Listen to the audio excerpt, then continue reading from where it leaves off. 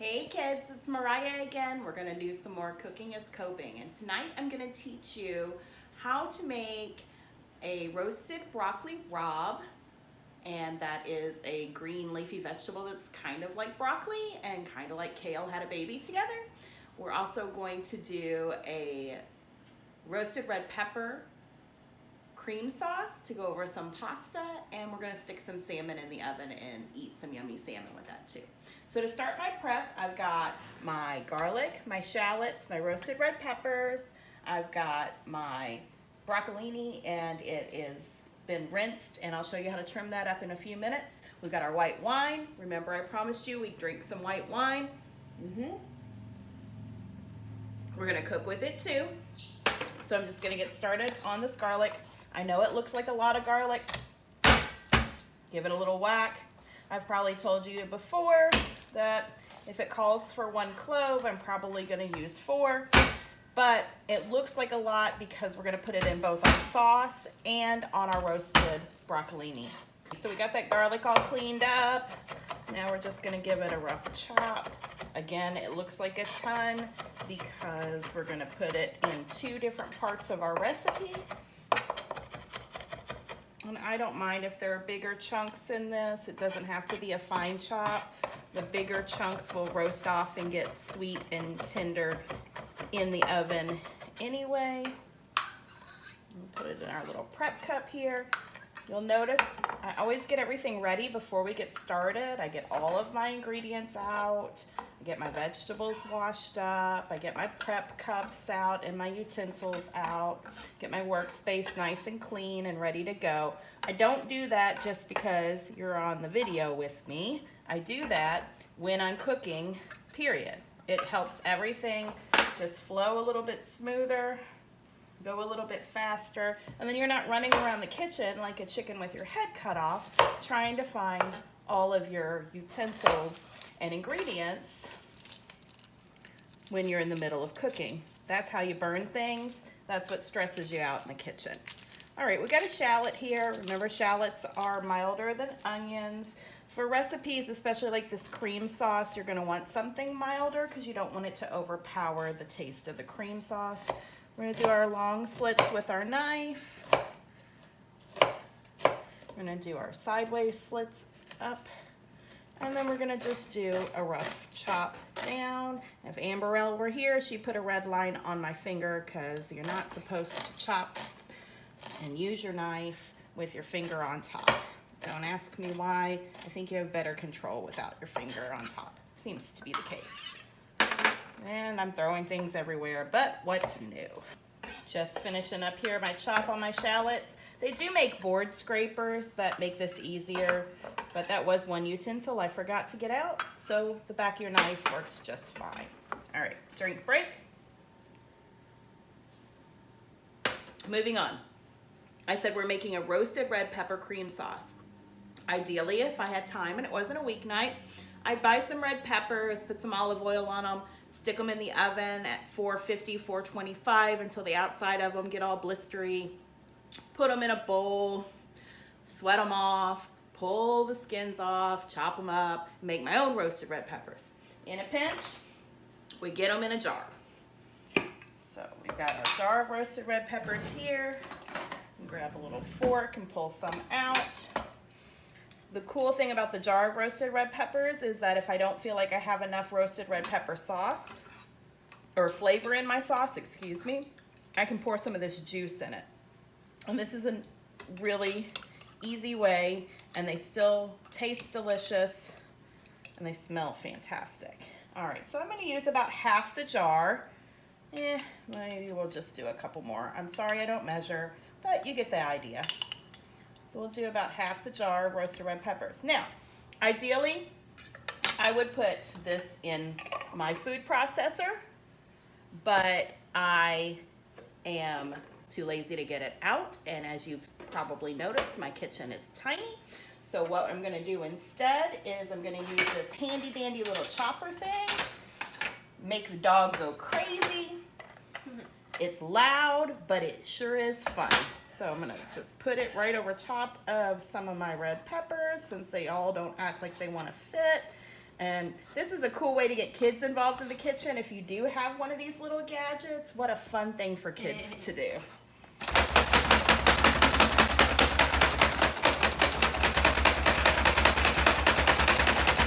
So you make a lot of noise, you smack the plunger, and you come up with these finely chopped, well, if I had smacked it hard enough, you would come up with some finely chopped roasted red peppers. I think I was trying to be conservative with my smacking and whacking. To heck with that. Ooh, much better. All right.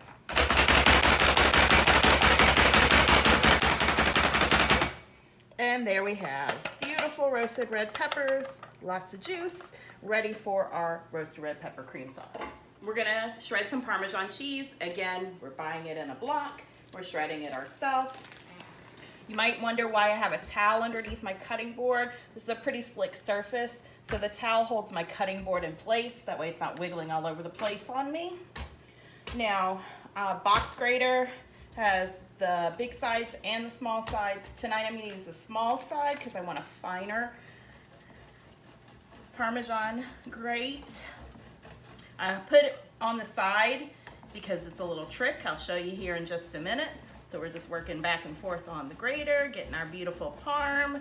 See how easy this is? It's quick, and it's better for you than buying the pre-grated stuff. I'm sorry, I know I'm preaching to the choir. I've probably said that in every single video. First of all, we like cheese and we eat it a lot. Second of all, I just want my little cooking is coping friends to be healthy. Why is it in the box grater, Mariah? Why is the box grater on the side? For easy pouring, well, maybe. Because the big side is on the bottom. There's big holes for it to fall out of. Okay, thank you, Alana. So when your 15-year-old does your videographing, there's that word again, you also get a few little tips and tricks for her since she's the expert cheese grater in the house. I think I will grab that scraper for this. Yeah, that trick works better for the big, when you're shredding on the big side. Okay, well, it still worked pretty well. I'm glad I've taught you well. Thanks for piping into Mom's video. I tell ya, you give them an inch, they'll take a mile, and they'll steal your YouTube channel that they made for you. Alrighty, that should be enough for now. If we need more later, we'll add more later. Okie doke. Moving on to our broccoli rabe. So now we're doing broccoli rabe. I told you it's like kale and broccoli had a baby. You'll see, let me if I can find them in here, these little broccoli heads. And I'm just gonna trim off the ends so that, because the ends are tough, so that we have the leafy part and the broccoli-ish part on there. And you're gonna say, oh my goodness, Mariah, what are you doing? You're gonna overcrowd your sheet tray. With this, it doesn't matter. What happens when you overcrowd a sheet tray is instead of it completely roasting everything that's on there, every morsel that's on there, it's gonna steam it because it's close together. Since this is kind of a tougher leaf, it's totally cool if it gets steamed a little bit, because if you have a grandma living in your house like I do, they don't really like the tough leaves anyway. So we get some really crispy, roasty ones that are charred and beautiful, and we get some that are steamed and easier to eat. So it actually works out quite nicely like this. We're gonna season this up here in just a second too. So now I have my sheet tray full of my broccoli rabe. I've got some olive oil. I'm going to do a very generous drizzle over the top of this. We're cooking this at pretty high heat. We're gonna cook it at about 425. And so I want to do a pretty generous drizzle of my olive oil in there. We're going to throw on some of that chopped garlic on top. And that's gonna roast down in there and get all yummy. Remember, we're gonna save some of that garlic and some shallots that jumped in there too for our sauce that we're gonna make. Oh, I think I'd like a little bit more on this one. All right, I have some crushed red pepper flake. Yes, they're a little spicy, but it's not gonna hurt you. So we're gonna, and it's pretty easy to avoid if you don't wanna get a piece. that has pepper flake on it, because you would just grab the pieces on the bottom. So we'll put some crushed red pepper on there, and we're gonna do a sprinky dink of salt. This is some sea salt. I don't know why I love sea salt. I think it's because you can see it, so therefore you can control more of how much you put on it. And that beautiful mess is going to go into our oven to roast. Okie doke, let's talk fish. So I have underneath of these paper towels some salmon. And the reason I have paper towels is because this was frozen salmon. I know, gasp, it's horrible, but news flash for you. All the salmon that you get in the grocery store was at one time frozen to get to that grocery store anyway. So I get my salmon from I actually get all of my meat from a mail-in company, and it's a much better quality of meat. It's organic and grass-fed. Well, these weren't fed grass, but you know what I mean. And that's why the color of them is so much more vibrant, and our birds are being vibrant themselves. That's why the color is much more vibrant. And if you notice, it's a lot less fatty than the salmon you're gonna get in the supermarket, because it's not been farm raised, it's been wild caught. So that's what you wanna look for, because it is so much healthier for you. Now, why did I pat it dry? I patted it dry to get the extra moisture out of it, so that I can adhere some seasonings to the top of it. So we're gonna do some garlic powder. Maybe, if I could get it to sprinky dink out. And we're gonna do some onion powder. My normal go-to is garlic powder and onion powder. Oop, onion powder got a little carried away on that one. Don't tell my husband. And then we're gonna do a little bit of salt, a little bit of pepper. And because I'm making a pasta dish, I am going to give a little bit of an Italian flair to it, and I'm gonna add some beautiful dried basil to it as well. Now, I'm probably not going to put any oil on this, because it has its skin on, and typically salmon is a heartier fish with a little more of its own fats, so I'm not going to add fat to it. Now I've got this beautiful basil that I'm going to sprinkle on top. It smells fantastic. We dried basil once, didn't we, Alana? Yeah, I remember that. We had a pitiful little garden. We had basil one year. We live in Florida, so things grow strangely. And we dried our own basil right here in the kitchen, hung it upside down. It was pretty cool. So now I'm pressing this in, and remember we put the broccoli rabe in at 425, so these are gonna get popped in the oven right beside that, and we'll see what they look like in about 15 minutes or so. Alrighty, so we have our pot of water on to boil our pasta. You want to salt that liberally. This is the only chance you really get to give that pasta some flavor, so you put some salt in there. We're going to let that come to a boil back there, boil our pasta using the package directions. And over here we've got some olive oil and some butter in a large skillet, frying pan, whatever you want to call it. Why do I use both? I don't know. I think that it tastes better to have a little bit of butter in everything, and olive oil is better for you, and olive oil is my go-to cooking oil. So I usually use a combination, and especially if you're making a cream sauce, what's cream? Cream is just butter, so it complements that as well. So we're gonna let this get sizzling, and then we're gonna add our shallots in. And this is gonna come together very, very quickly. Our olive oil and butter is doing a little bubble. So we're gonna throw in our shallots and hear that wonderful little sizzle. Give them a little zhuzh. Let them cook off for a couple of minutes. I usually start this out on a pretty high heat. Unfortunately, I don't have a gas stove. I'd probably catch things on fire with the wine I'm gonna add later if I did, so that might be a good thing. So on my electric stove, I'm on a medium high. Out of 10, I'm on a 7. If it starts getting carried away from me, then I'll turn it down a little bit. Right now, I'm feeling pretty good about it.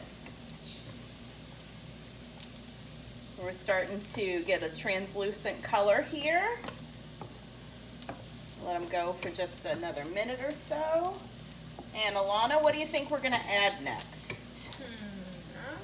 I'm gonna go with the peppers. Oh, so close.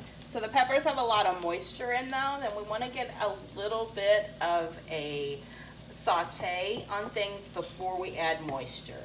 So we're gonna add the garlic next. That was gonna be my second guess. Well, that's all right. You only had 2 things to choose from, so you did pretty well. Alrighty, so we're gonna move our garlic around in here. Remember, if your garlic turns brown, it's gonna taste bad, so we'll just keep it moving. Smells awesome. There's nothing better than the smell of onions and garlic cooking in butter or olive oil or both. Okie doke. So now we're gonna add in our, you know what? I can't remember if I add in my roasted red peppers or my wine first. It's not really gonna matter. I think we'll add in our roasted red peppers. Do you hear that sound? That sound is because we added some moisture, but they are gonna get a little saute on them also. Look at that pretty color. It's gonna make our sauce so pretty. So it looks like it's cooked most of that moisture off real quick. So let's add some more. As promised, we're gonna cook with our wine and not just drink with it. Again, if I had an open flame here, I would remove it from the flame. Now, I added about a cup or so of wine, maybe a little more. That's okay. I'm gonna let this bubble up and boil off anyway. Oh, it looks like I ended up with a nice big hunk of pepper. Oh well. This is why cooking's fun. You can just kind of do it, and as long as it tastes good, it doesn't really matter. So white wine, let's talk about wine. Hang on, my favorite subject. Let me grab my glass and I'll tell you a little bit of something about wine. Cook with what you're gonna drink. I have a Pinot Grigio tonight.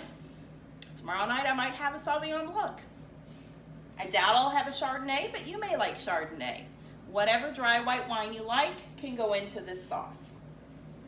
Just like when we did the spaghetti sauce and I talked about how you could use a Cabernet or a Pinot Noir or a red blend, whatever dry red you're drinking can go into that sauce, and whatever dry white you're drinking can go into the sauce. And of course, at least once in every cooking video, I have to make a mess or flip something out of the pan. So here you go, kids.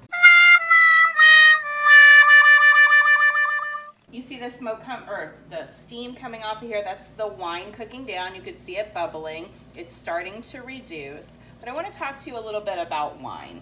I love drinking wine and I love learning about wine. And one of the coolest things that I've learned about wine is that if you're going to drink a white wine that's supposed to be chilled, or a rosé that's supposed to be chilled, when you pull it out of the refrigerator to drink it, don't drink it right away.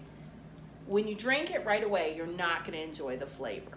It tastes very alcoholic, which I know is what it's supposed to taste like, but it's also supposed to have fruit flavors and have the taste that you enjoy when you drink a wine. Let it sit out on the table or the counter for about 20 minutes or so. Even pour yourself a glass and let that glass sit. I've had this bottle of wine sitting out the entire time I've been cooking. Our timer just went off to check our broccoli rabe and our salmon, so we'll do that in a second. But let me finish talking about wine because it's one of my favorite subjects.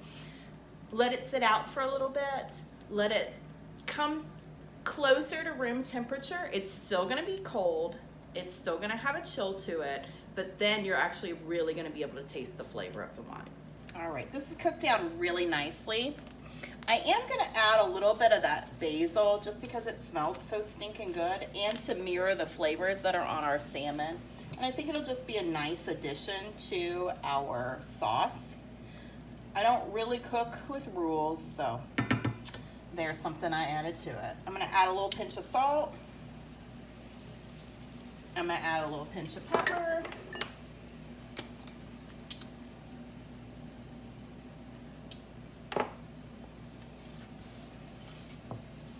It's starting to look beautiful and red and thicken up. Our wine is cooked down. So now we're going to add in some heavy cream. So I have about a pint of heavy cream here. Liquid butter. Deliciousness. We're gonna pour this in, and this is what makes this our roasted red pepper cream sauce. Isn't that beautiful? Oh, sorry. Knocking the camera, whoa man, out of the way. Oops, losing my spatula. So now we'll mix this beauty up, and our sauce will turn a nice light orangish color. And we're just gonna let this bubble up for a few minutes and reduce a little bit more and get thicker. And then we'll come back and we'll taste and make sure that all of our spices and our salt and pepper level are right on. And then we'll add one last ingredient and be done. Look at our gorgeous salmon. It's out of the oven. It's just gonna hang out. We've got our sauce boiling away over here. Remember I told you we were gonna add one more thing. We're gonna add some of that Parmesan cheese in here. We're gonna stir it while we're adding, because if not, we're gonna end up with a big old clump.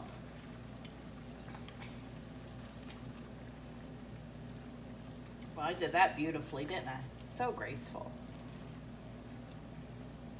See how our sauce is this beautiful orange color, and it has thickened up.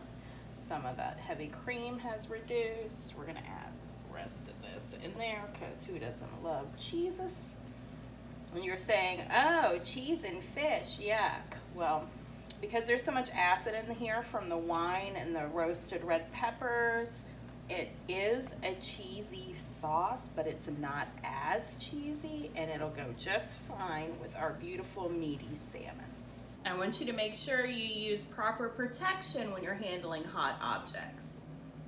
Alrighty, so we have cooked and drained our pasta. It's a little past al dente, simply because I cook for my husband and he doesn't like it al dente. So we've got our sauce over here that looks fantastic, and we're gonna take our drained pasta and add that right in. Oop, can't even function with this mitt on. We're gonna drop it right into our sauce. The reason they tell you to cook it al dente is because when you add it into the sauce, you see how my sauce is bubbling? It's gonna keep cooking that pasta. So then it will be perfect when you serve it. Al dente means it has a little bite, a little chew to it. Pasta's a preference, cooking is a preference. Do what you like. If you like mushy, smushy pasta, cook the hell out of that stuff. I don't care. As long as it tastes good, it doesn't matter. Alrighty, so we've got that sitting there, having a happy time together, and we're gonna get all of our stuff out of the oven and get ready to serve. Okie doke. Do you see how that cooked up? I mean, it's almost like magical disappearing spinach.